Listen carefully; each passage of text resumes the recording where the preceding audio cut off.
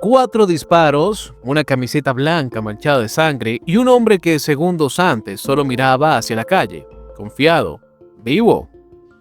¿Cuántas veces uno se cruza con alguien que parece invisible? Un pepenador, por ejemplo. Alguien que escarba bolsas de basura, hurgando desperdicios ajenos. Pero en Jiutepec, Morelos, no era la basura lo que buscaba. Porque aquí, fingir ser un recolector no es parte de la miseria, es parte del plan. Un disfraz con sudadera, capucha y guantes. Nadie lo miró 2 veces, nadie preguntó. ¿Y por qué lo harían? Es solo un fantasma urbano, hasta que desenfunda el arma. En México los disfraces ya no son de carnaval, son de ejecución. En este video no vamos a hablar de la inseguridad como concepto vago ni con números fríos. Vamos a hablar de cómo un país entero aprendió a mirar hacia otro lado, justo cuando debía mirar de frente. Del pepenador asesino en Morelos al sicario que entró al hospital en Tuxpan, como Pedro por su casa, de familias huyendo en Michoacán a los viejos rostros del crimen organizado que siempre caen, para volver a salir. Esto no es ficción, esto es lo que pasa cuando la violencia ya no necesita esconderse, solo necesita que nadie haga preguntas y quizás uno que otro disfraz. Como siempre, vamos por partes. No traía chaleco táctico ni pasamontañas, traía una sudadera vieja, capucha, guantes de hule y una actitud desechable. Un disfraz perfecto para un país que ignora todo lo que parece marginal. La cámara de seguridad no miente. Ahí está el hombre, hurgando entre bolsas, simulando buscar algo que nadie quiere. Está a metros de su objetivo. El objetivo no lo ve, porque claro, ¿quién ve al pepenador? La víctima, camiseta blanca, short negro, sale de su casa sin sospechar que ya es historia. Gira, da la espalda y ahí el disfraz se rompe. El recolector saca una pistola y descarga 4 tiros. Ni una palabra, ni un grito, solo la coreografía seca del crimen. El hombre cae dentro de su propia casa. El sicario se va trotando, sin tanta prisa, para no llamar más la atención. No necesitó correr. El disfraz ya lo protegía. La policía llegó después cuando ya todo era demasiado tarde. Los paramédicos confirmaron lo obvio, y los vecinos, que sí escucharon las detonaciones, hablaron del ruido, no del asesino. Porque en México, con tantas cosas ocurriendo a la vez, es difícil saber cuándo el ruido es normal o cuando se trata de una ejecución en curso. El mensaje es claro. Si un sicario puede camuflarse de pepenador para ejecutar a plena luz del día, ¿quién más puede estar disfrazado ahora mismo frente a tu puerta? La ejecución en Jiutepec no es una anécdota, es una advertencia con sudadera. Hora antes del ataque, nadie notó nada raro. El mismo hombre, dicen algunos, ya había pasado 2 veces por la calle, revisando bolsas, cruzando la banqueta, ensayando su entrada, midiendo el terreno, todo bajo el escudo de la invisibilidad. Porque en este país, cuando te ves pobre, automáticamente dejas de ser amenaza. Es el camuflaje perfecto, no ser digno de atención, y eso aparentemente vale más que cualquier silenciador. Ahora cambiamos de tema. En teoría, un hospital es donde uno debería sentirse a salvo, ¿no? En teoría. Pero en Tuxpan, Veracruz, un sicario entró al hospital del IMSS Bienestar, Emilio Alcázar, como si fuera a consulta, y terminó ejecutando a un teniente retirado del ejército. No por error, sino por exceso de certeza. Venía a rematar a su hijo, un taxista herido por no pagar cuota. El taxista había sobrevivido a un ataque anterior. Lo dejaron con vida, algo raro en estos tiempos. Lo trasladaron al hospital, lo operaron de urgencia. Su padre, como cualquier padre, se quedó a cuidarlo. Y esa decisión le costó la vida. El sicario burló la seguridad, localizó la habitación y disparó contra ambos. Pero solo el padre murió. El hijo fue operado por segunda vez. Está vivo, por ahora. ¿Y la seguridad del hospital? La misma que permitiría entrar a cualquiera con una bata blanca y un arma debajo. La escena, según testigos, fue breve. El atacante no gritó, no improvisó, sabía a quién buscaba. Horas después, la fiscalía anunció la detención de Eber Abraham, Pero el problema no es Ever, es que nadie se sorprendiera. Cuando en México un hospital se convierte en escenario de ejecución, lo verdaderamente enfermo no está en las camillas, está en el sistema. Lo que nadie dice en voz alta es que este tipo de ejecuciones ya no necesitan ser encubiertas. No hubo sigilo en los pasillos, nadie disfrazado de enfermero. Esta vez, solo un hombre armado que entra a matar. Y lo hizo sin margen de error. No se trataba de una amenaza, era una sentencia ya dictada. El padre, un teniente retirado del ejército, ni siquiera tuvo oportunidad de defenderse. Las guerras ya no tienen frentes definidos.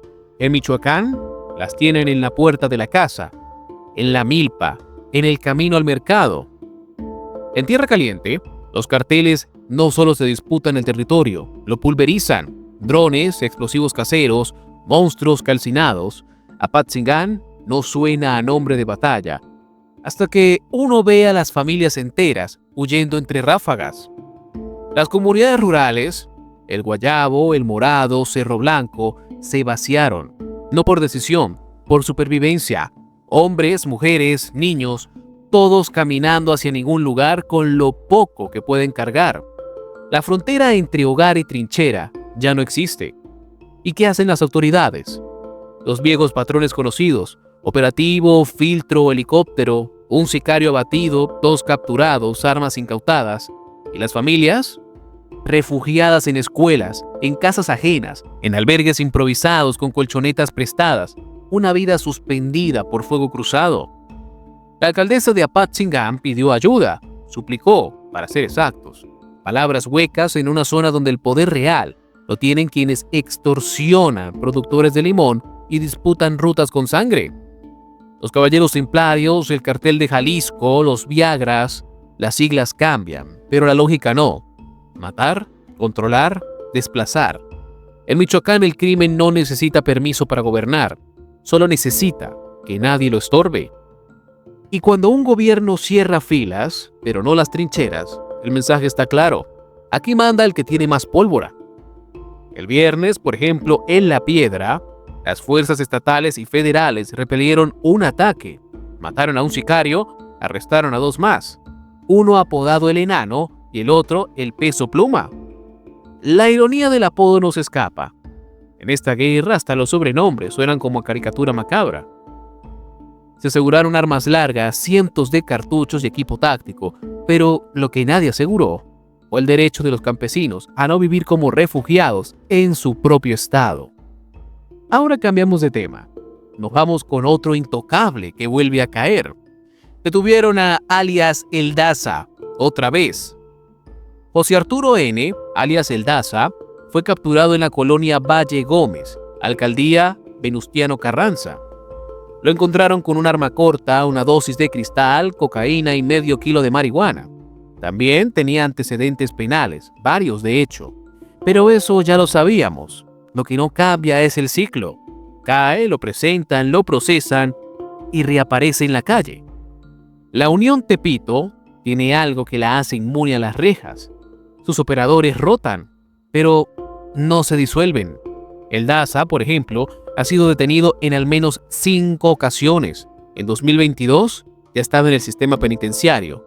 Resultado: libre, pero con otra identidad. Lo identificaron como mano derecha de alias El Tomate, otro cabecilla del grupo. Ya los habían detenido juntos en 2021. Nada cambió. ¿Ahora sí cambiará? En el operativo más reciente, lo detectaron manipulando un arma en un coche gris. No fue inteligencia, fue casualidad, y ni siquiera así sorprende. Porque en esta ciudad, la delincuencia organizada no opera desde la sombra, opera desde la costumbre. Y cuando un líder cae más veces que las que se condena, la pregunta no es qué hizo mal la policía, sino para quién sigue funcionando bien el sistema. Y mientras tanto, los intocables siguen cobrando, extorsionando y durmiendo tranquilos. Afuera. Entonces la cosa va así. No es una historia, son muchas. Un pepenador que en realidad es un sicario. Un hospital convertido en sala de ejecución. Pueblos enteros evacuados como si se tratara de zonas de desastre natural. Y un criminal de la Unión Tepito que entra y sale de prisión como si fuera su oficina. Todo eso ocurrió, y no en libros, no en películas, ni en tierras lejanas. En México, en días recientes, en calles que se parecen a la tuya. La pregunta no es qué tan mal estamos. La pregunta es, ¿cuándo fue que dejamos de sorprendernos? Porque cuando alguien puede disfrazarse de invisible para matar a plena luz del día, cuando un teniente retirado del ejército muere cuidando a su hijo en un hospital, cuando los campesinos son tratados como daño colateral y lo asumimos como parte de la situación, ya no estamos entonces frente a un problema de seguridad, estamos frente a un colapso moral. Aquí no faltan leyes, falta voluntad, no faltan policías, faltan consecuencias, no faltan discursos, faltan resultados.